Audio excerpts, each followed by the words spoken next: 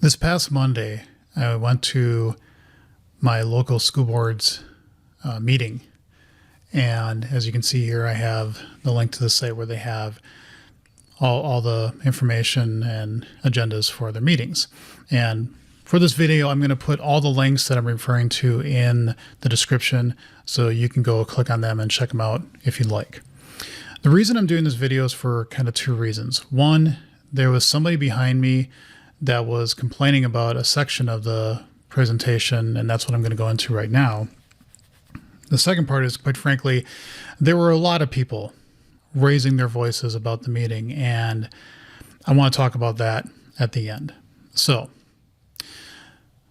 where I was sitting listening to the discussion, there was somebody behind me who kept saying, and I don't know if it was being reached down to the people in the actual, that were part of the school board itself, because they were on stage and I was kind of like halfway up in the audience and he was behind me. And he kept making comments at this point of the presentation that the math was wrong and you don't know what you're doing. And he was having some issue about how a rolling average was calculated. For some reason that stuck in my head. And not only that, but somebody in the school board also started to, I guess, question or make a point about the metric used for the entire district itself for all the schools, and then for individual buildings, because right now in our district, K through 6 have to wear masks, 7 through 12 do not. So, and I'm guessing that was done because 12 and above you can get a vaccination, so I'm guessing that was the rationale behind it. But I'm going to also talk about that as well. So the first thing was, and again, you can find all this information here. I'm going to actually go to the slide deck, and so you're going to see this this browser window start to get filled with tabs. And again, I will put all the links for people to take a look at later. So I'm going to bring up the actual presentation, and we'll start to go through that. Okay, so here's the presentation, and right now I'm going to focus on slides 3 through 6, okay, because this is where the person behind me started to be vocal about his objections. So what they're saying is there's two things to keep in mind. One is that they're trying to find what they call 14-day rolling average per 10,000 residents of our county. Okay, so this is one basically called circuit breaker. The other one is the second bullet point there by school building and site. So the problem he was having was with the rolling average. And he was saying that's not right. That's not the right math. So if you go to slide 4 here, what you're going to see is a little bit more details as to how they do it. Okay. And they're grabbing the daily case, the count of daily cases in our county from the site that you list here. And I will bring that up right now. So you can go to this link, and you'll see that they'll have the newly reported case details for each of the counties. We can scroll down here and we can get to my county, which is Scott. So they have here listed confirmed and probable. Okay. And so I don't think on this site, at least I couldn't find a way to do this through history. I think you have to go to this site every day and grab the numbers. And I believe that is what our school board is doing, because if you look at this slide on 6, I think that's what this white column is here. That's the case count for each day. Okay, and we'll come back to this later. But I think that's what they're doing. Okay. So what they're saying is they're going to take the last 14 days, add up that count, and then divide it by the population of Scott County, which that number there that you see is going to change because they're going to switch to new census numbers, and in October they're going to use a different number. Okay, but that's what they're going by population, and then multiply it by 10,000 to say how many cases are we seeing per 10,000 people. Okay, now let's stop here for a second and go, what is a rolling average? Because again, I'm going to emphasize this. That's what this gentleman kept saying, is that you're not doing a rolling average. That's not the right math. So the phrase from Living Colors, Cult of Personality, come down to earth in a language that everybody here can easily understand. Let's just go through definitions first and see what does this mean. Now, you can go to Wikipedia, and I'm going to bring that over right now. Okay, so I'll bring that in here, and we'll tab that there. And, you can say that you either like or don't like Wikipedia. That's one source. The other one I'll bring in is from wolfram.com. And that's what you see here. So I find both these sources to be pretty credible in this case. And, if I saw on other websites giving very similar definitions. So I'm hoping that this is all that we can agree upon. Okay. So basically what you're doing is you're saying, I have a set of data, and you're trying to say for a smaller subset of that data, what is the average of that data? Okay. So there's a bunch of math here. And on the Wikipedia page, they talk about simple moving averages, cumulative, weighted, exponential. You can get very complicated with these things because a simple moving average does have it's easy, but it has some disadvantages. So again, I would say check out these links and, come to your own conclusions. And I also want to make the point that if I'm wrong on any of this, I am more than happy to do a follow-up video and talk about that, because my degrees, which are behind me there, bachelor's and master's in electrical engineering, and with an emphasis on math. But whether that makes me an expert or not, that's not for me to decide. So, so look things up yourself if you want to. But in any event, I'm hoping that we can all come to that agreement. I'm going to bring in another page to show a little bit more of an example. And as you can see down here in properties and relations, they're saying if you took a set of, in this case, variables, you can easily put in numbers, A, B, C, D, E, and F. And you're saying, I want to find the moving average where my size of all these subsets are 3. The first value would be A plus B plus C divided by 3. The second value would be B plus C plus D divided by 3. So you can see how it's shifting over to come up with these values. As an example, which is something I learned on my defense of my master's thesis, is it's great to show the math, but to have examples, I think, make it a little bit easier for people to kind of get in their head what's going on. So if I use alpha or wolframalpha.com, I can use moving average. I just put in a bunch of random numbers I came up with off the top of my head and said, I want to find this where that index size, or the size of the subsets, are 4. So in the first case, you get 19 divided by 4 because it's 3 plus 6 plus 1 plus 9. That's 19 divided by 4. Then you shift over and you get 19 divided by 2, 9, and the other two values. Okay. So I'm hoping, this is what everybody would agree upon, that this is what a moving average is. So now I'm going to come back to this slide and talk about where these values are coming. How do you calculate the number that you see here on slide 5? So what they do is, again, with the white column here, they're adding up the last 14 days. So if you did it for September 12th and you go back 14 days, you're now saying my moving average would be that summation divided by 14. And what I would get in that case is 31.07. That doesn't match what you're seeing in the first column here. And I wish they would have had headers at the top, but I believe that first orange yellowish column is 14-day rolling average and then 7, I believe. The point is, I first went, that doesn't seem to follow the math. Okay. And then I read back here and said, well, they're also then dividing this by the population and then multiplying it by 10,000. If I did that, and I'm looking over on my other screen here to get the math, and I get 2.085. And I'm like, wait a minute, that doesn't look anything like this value. So I thought maybe there is a point to what we're seeing here. I kept reading these slides. And so what I think they're trying to do is, it's sort of a rolling average. It's not technically the way that it's defined from these previous mathematical definitions that I've given before.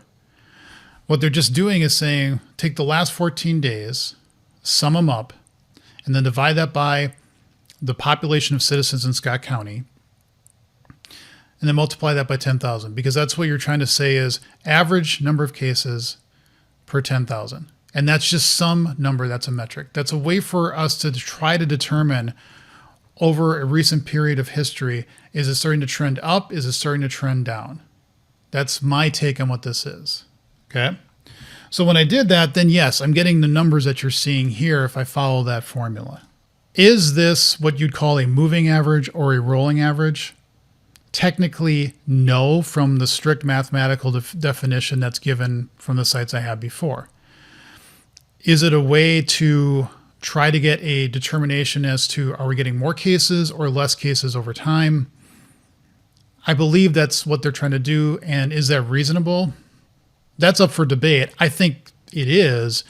And I would imagine that they're doing this based on other models that are provided from other websites in both state and federal areas to say this is a way to determine how things are going in your county or in a particular region of population. So, okay.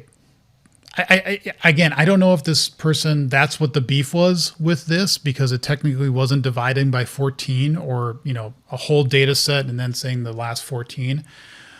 But if that's the case, then fine, then it's wrong. But if it's trying to do this rolling average, like this metric to determine where the cases are going in terms of rising or falling, then I think this is trying to be a reasonable estimate. So now we get to this slide, which is 17. Okay. And so there was two metrics that they were trying to use. They're saying the whole county itself, but then an individual building. So in Shakopee, we have West Middle School, East Middle School, Shakopee High School, and Takata Learning Center. And what they're saying is if a site reaches 5% of its student population with COVID-19 cases, then that individual building needs to mask up, and it is required until it falls below 3% for 5 consecutive days. Now, somebody on the school board raised like an objection to this and saying, well, 40 per 10,000, but 5% of the number of students in Shakopee High School, which I think I heard 2,600. I could be wrong on that, but I believe I heard 2,600. Okay. Well, 5% of 2,600 is 130. So, well, wait a minute, 130 is more than 40 per 10,000 or something. I didn't quite understand what the objection was, but that seemed to throw people off on the school board. So I've come back and I said, well, okay, what is this trying to do? I think this is saying as if, and again, look at my notes, 2,600 times 5% or 0.05 would say you need 130 students on a given day to have a positive COVID-19 case or test. That's for one building. 40 per 10,000. Remember, if I come back up to here and I say 149,000, let's just say 150,000 residents in Scott County, well, now I have to take 40 times 15. That's 600. Okay. So it's saying, do we have over a 14-day period 600 cases or more? And if we do, then we need to mask up. I believe hopefully I just did the math right. What I think they're trying to do here is say, if I go back to the right slide here. Yes, here. I believe what they're trying to say is the county itself may not have enough cases to reach that circuit breaker metric. But in an individual building, there might be. So like Shakopee High School could get 150 cases, but the entire county would be under that 40 per 10,000 metric. So so they're trying to isolate just that building and protect people in that building. Now, how the spread of this virus would act in a situation like that, this is my opinion, so this is not fact. I would imagine that based on families and how communities work and how people interact, that if one building is going to go, it's not going to take too long for the whole district to go. Okay. But I believe that's the intent of this two-prong approach. Okay, so that's what I wanted to go through here in terms of the math. Am I wrong on any of this? Definitely, possibly. I'm more than happy to hear what people have to say about this, and I will definitely take criticism into consideration. But this leads me to my second point, which is I've never gone to a school board meeting before. I just haven't. Frankly, it seemed like it was kind of dry and boring. And after going to the meeting this past Monday, I'm going to try to start going to them, if my schedule allows. Because I think it's important to show support for people on the school board, for people that are putting extra time in on nights and weekends to do this, to be part of this, and faculty and staff as well to work above and beyond. And to hear a extremely vocal and, I'll be honest, rude section of the crowd that didn't respect the rules of the meeting and the agenda, talked over school board members constantly as if they were going to change their minds because of what people were saying in the audience. If everybody does that, then there's no point to the meeting. It's going to become closed. It's going to be broadcasted over YouTube, and nobody's going to be allowed to participate at all. That's one way I can see this going. I hope it doesn't, but meetings like this, they simply don't function. If I was presenting on stage, which I do, that's part of my job, is to go present at conferences. If everybody just starts talking during the presentation, then it loses its focus really, really rapidly. And there is a part of the meeting where you can say, I want to speak for 2.5 minutes at the beginning. And at this meeting, they had 6 people talk about things. So there is public interaction. You can speak to school board members afterwards. You can send them emails, and maybe you feel like they're not responding to you, and okay, fine. But if everybody just keeps shouting and yelling, how is that going to be beneficial? How are we going to move forward? I'd actually say that while I'm concerned, obviously, about COVID-19, I'm also concerned about our levy that is going to be up for vote again on November 2nd. I'm extremely concerned, very concerned about how our district is going to turn out if we reject a levy again. We're the only district in the entire metro area in the Twin Cities that does not have one right now. And the numbers to me are pretty clear. If we don't vote for this and we don't say yes to this, there is going to be a severe backlash and cuts of programs for special education, for extracurricular activities, and not just band, for sports as well. Class sizes are going to go up dramatically. There's not going to be enough financial support for transportation. So the radius of what they're saying that people can walk to school is actually going to increase for both middle and elementary. And it just keeps going on. We're not going to look competitive. Teachers and other staff positions are not going to want to come to our district because of the way things are going to go. And for people just to say, don't mask my kid or I won't vote for the levy, I think is so short-sighted. What are you going to say 1, 2, 3, 5 years down the line when there are no sports available for your kid to participate in, or they can't be in theater, or they can't be in band, or they have special needs and those programs have either been severely cut or eliminated? Your kid's going to school and they have 40 or 50 people in the class. I don't know I think that's going to be an utter disaster. So I really hope that message is not taken lightly either. Again, these are just my thoughts on being at this meeting. I would guess that most of the time school board meetings are not this intense. I would also appeal to people that do go to these meetings from now on to please be respectful of everyone. It's not just about you. It's about everybody. It's about our community. It's about our kids going to school, not just your kids, not just my kids either. It's about all of us having a safe environment, a productive environment, a positively competitive environment where we have a good school district and a safe one. I don't think anybody would disagree with that.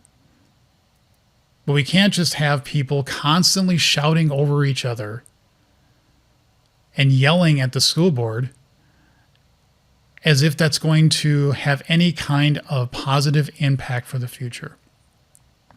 Again, it's not just about me. It's not just about you. It's not just about my individual world. This is a community, and we have to look out for everybody in the community as much as we possibly can. Okay. So thanks for listening. I appreciate it. Again, I'd welcome any kind of comments or response to this. I will take into consideration anything that I feel is reasonable, not, yelling. So, but yeah, I'd love to hear what other people have to say, and I hope that we can have a more positive session for future school board meetings. And I really hope that, one, we keep kids in school. I personally want kids in school. I want my kids in school. And I think a lot of parents would say that they'd rather have them there than at home, especially if they're young and especially if they have special needs. This has been extremely hard for everybody. I do not dismiss that or disagree with that at all. But we also want to keep them safe. COVID-19 is no joke at all. It's not fake. It is real. There is somebody in this neighborhood who I won't say that person's name, but they were adamantly anti-mask, anti-vaccine, and this person is now in the ICU for over a week, and it's not looking good because of COVID-19. We want kids, staff, faculty to be safe. So let's keep that in mind, and we want them to have a good education for the future. And I hope that means for everybody to say yes to the levy. Thank you for listening.